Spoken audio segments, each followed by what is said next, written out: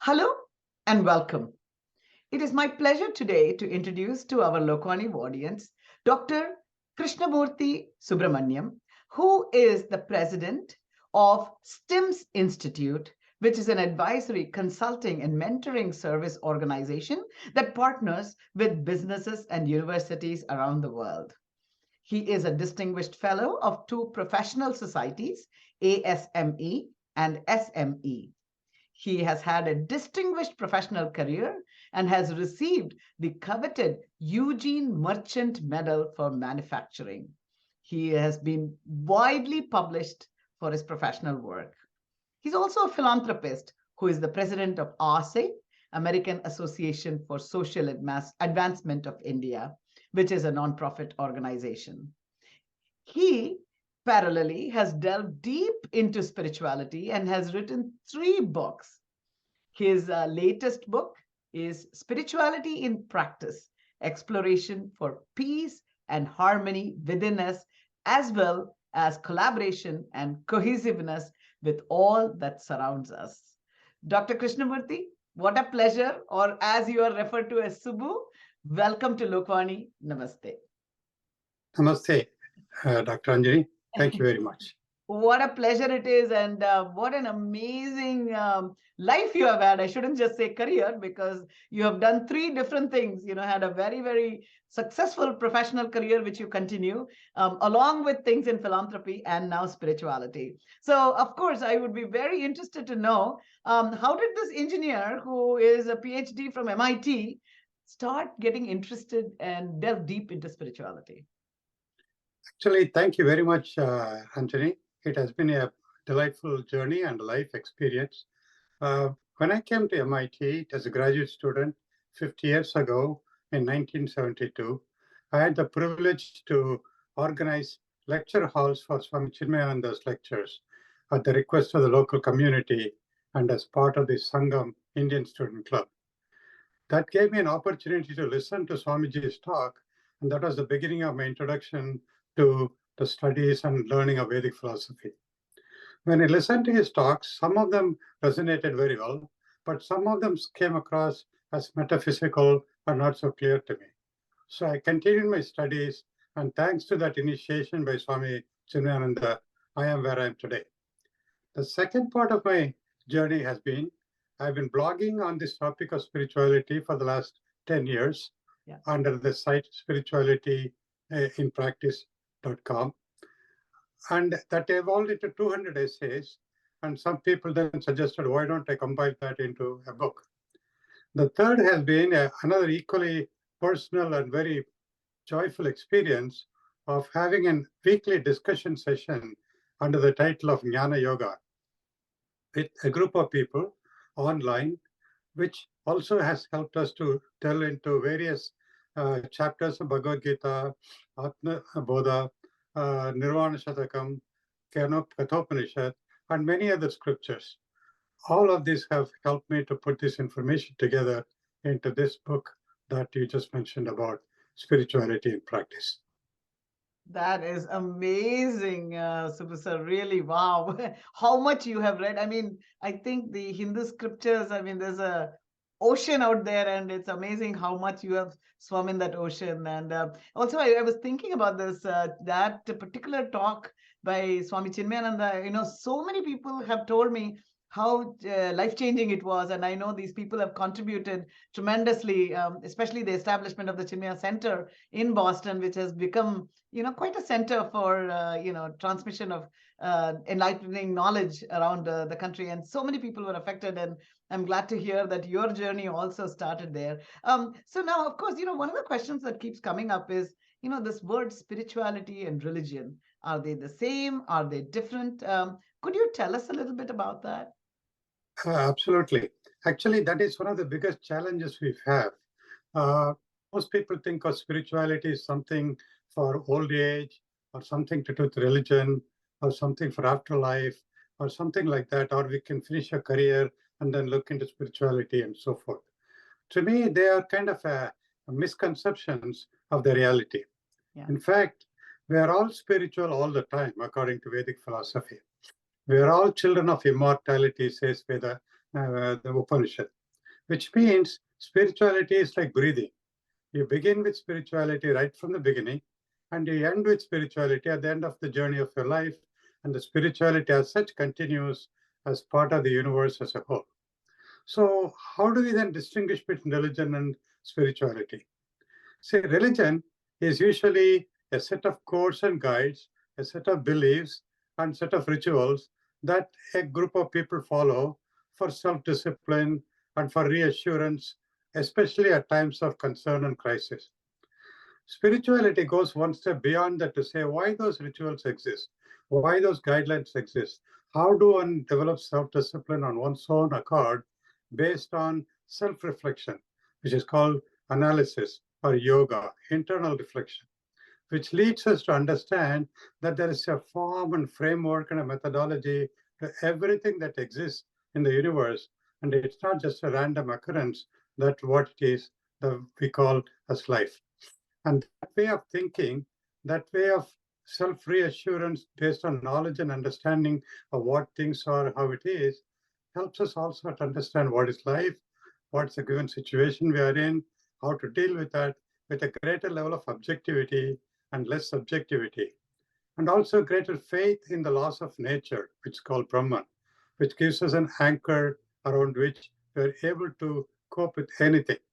So in some respects, spirituality is like dealing with the ocean waves on the top and also the deep ocean at the bottom that sustains all the waves, and the two of them coexist.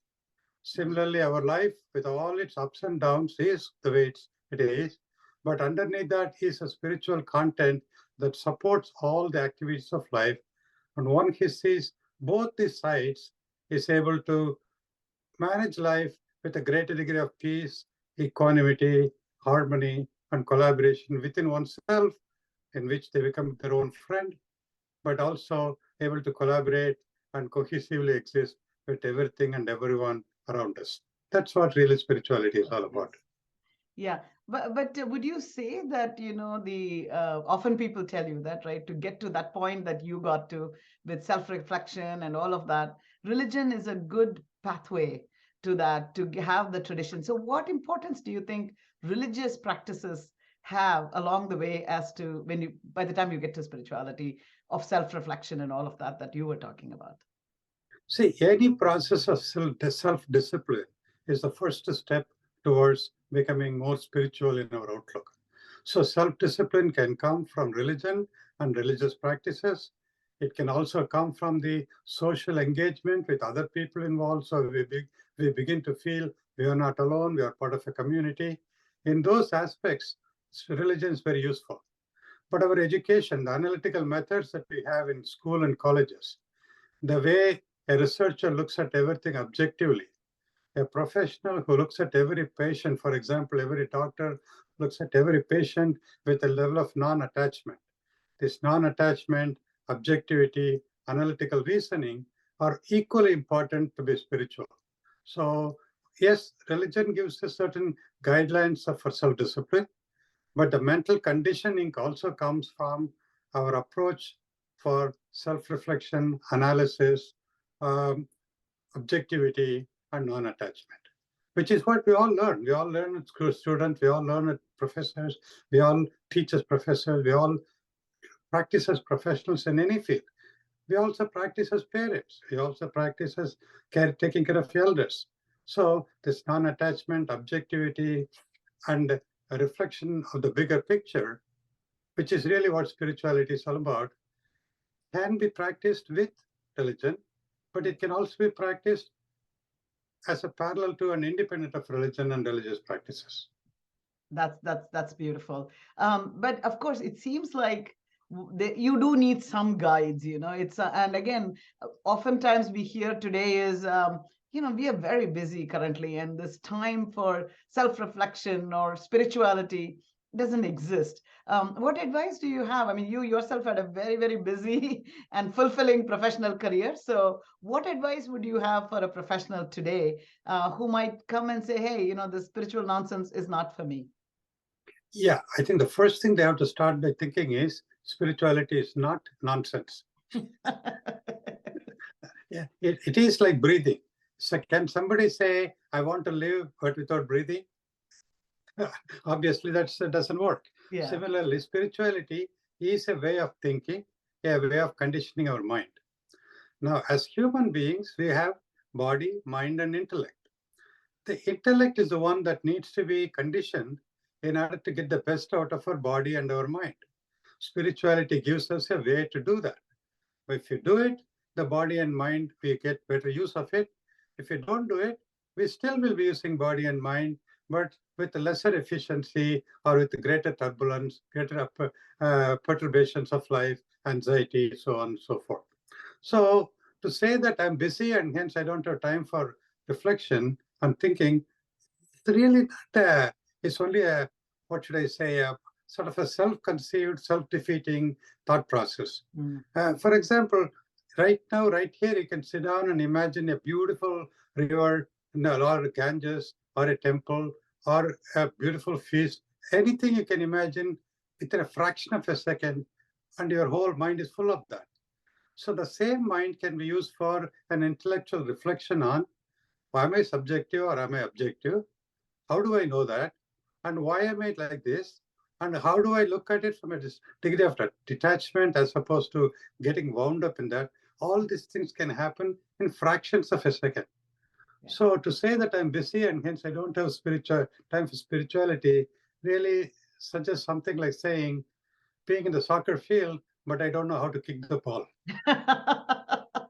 I love that. I really love that a lot. And I think what you're saying is that if there are these techniques that are given to make you more efficient, to make you sense of the world that you live in, so that you will be more productive in what you do, and you do whatever you're doing much better. And I think I've heard that from every single angle, that people who practice self-reflect, and do those kinds of things have a better and more fulfilling life overall. And I know that your book, in your book that you have published recently, you have given a lot of tips. Actually, could you tell us a little bit about that book and why you would recommend people to read it? And, what do you hope they will get out of it? I hope people will buy and read the book. I will also tell you, it's not easy to pick up a topic like spirituality in practice and start reading it because it looks, as you just said, foreign, alien, or not time for that, and so forth. But this book is written in a very simple way. It is written as a collection of essays. First, we start with a series of questions, some of which you just asked. What is spirituality? Is it same as religion? Is it different from religion? Why do I need spirituality in a busy life? All these questions we address in the very beginning of the book. Then we have 5 essays which are like contemplative and reflective.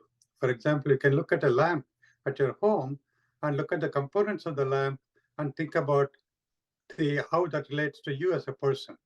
A stable lamp, a volatile oil, a transforming wick, and the glow of the lamp, which is really the phenomena which you cannot capture, but you can only understand and appreciate through your cognitive senses.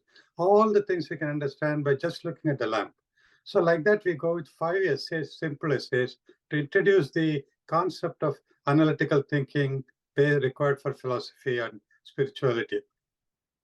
Then we go into a set of 22 essays, which are each short one, anywhere from 6 pages to 8 pages long, that goes into every aspect of Vedic philosophy, including some brief 4 or 5 page summary of Bhagavad Gita, 2 or 3 page summary of Atma Bodha, 1 or 2 pages summary of Kathopanishad, and also we give some nice models and some pictures, and because they're all analytical, so models and illustrations are easy for us to follow. So they are also in there. After that, we follow with another 49 essays where we show how the application of these principles of Vedic philosophy can be applied in daily life. Again, with extensive references to Bhagavad Gita verses as appropriate in various places. For example, one verse in Bhagavad Gita that is very, very appealing to me, it says, through self-reflection and self-control, a person remains as one's own friend. Absence of self-reflection and self-control, one becomes one's own worst enemy. So if you want a friend or an enemy, don't look outside of you. Just look at your own thoughts and the objectivity behind it, and how are you looking at it in a detached manner. That itself elevates you to become a good friend for yourself. As soon as you become a good friend, you also become a better friend for everybody around you. The cohesiveness and the harmony begins to expand.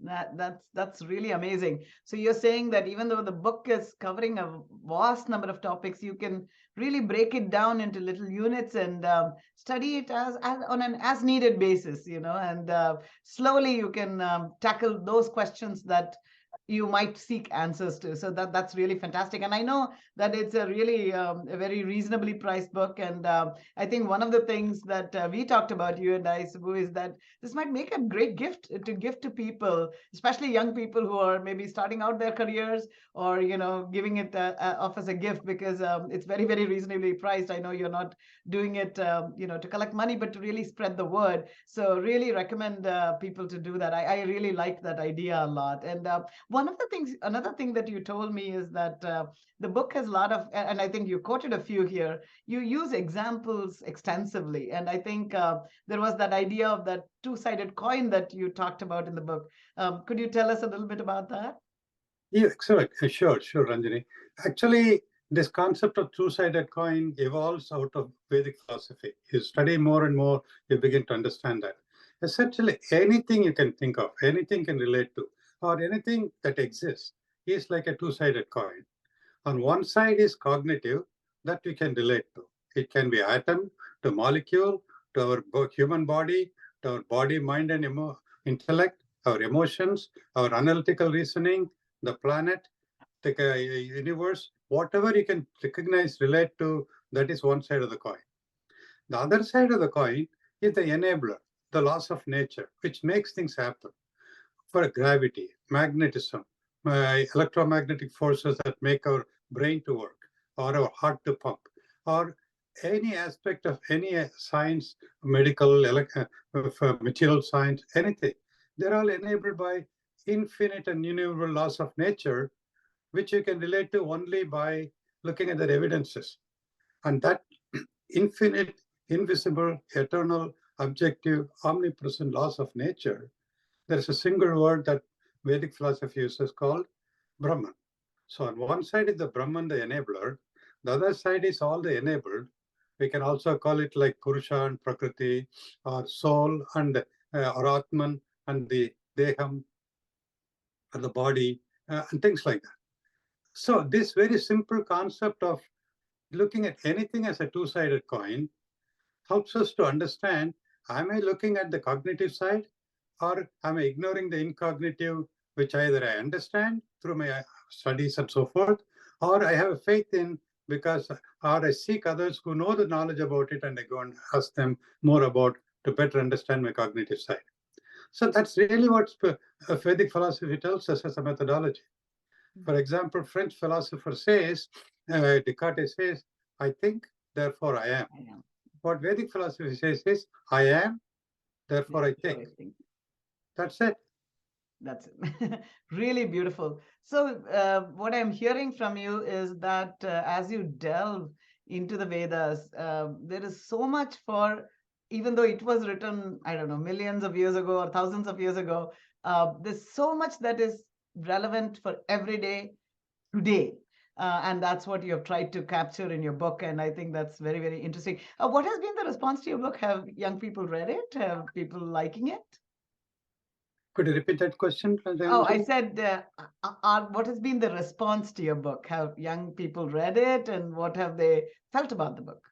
Well, actually, the people who have read it have all given me very positive and very appreciative feedback, and I appreciate that. And that includes young people as well as those who are not all that young, like me. Sure. But at the same time, it's also difficult to get the message across because of the questions you asked earlier. Because people think of this topic as something not for me, not for somebody else or for some other time. Right. The other thing also is that we are conditioned by thinking that all, as you said, the Vedas and scriptures are all for people with a monastic background or with religious background. Only those people can teach us, only those people can learn, or those people can understand and practice. Or they're somehow related to rituals. We have to get over that mindset we have to try to get over that mindset, I believe, because once we do that, then I think more people will. I hope they do, because at the end of the day, analytical reasoning is what we all of us try to teach our children through education. That's what we try to practice as professionals. Then why is it then we cannot bring the same thing to study and understanding of the Vedic philosophy to our daily life? That's our challenge. That's our should be our goal. Yeah, no, I agree with you. I think the Vedic philosophy was given not for, some monk to read in his cave, but really for living life. I mean, Bhagavad Gita talks about that all the time, and it was given on the battlefield as people were trying. I mean, Arjuna could have said, I don't have time, but he had the time, and that's what it made it so beautiful and so impactful.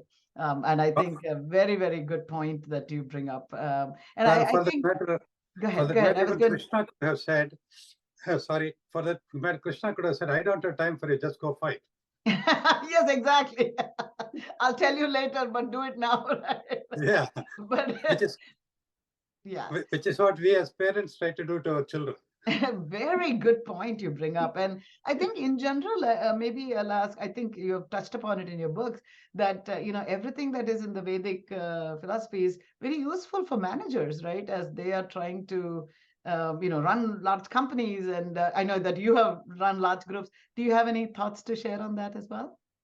Yeah, exactly. See, again, every manager has to be objective in making the decisions. If they're objective and thereby detached from the subject matter and look at it for what it is appropriate, the decision that they made would be the same whether it is they are the manager or anyone else is the manager. And once they make such decision, that is the best decision that can be made. So in that sense, they have a peace of mind, and they're also willing to change their mind at any time with the new evidence if because they're objective and they're not attached to any one set of views, they're not biased or ignorant of certain other thing that could exist. They're open and honest to anybody.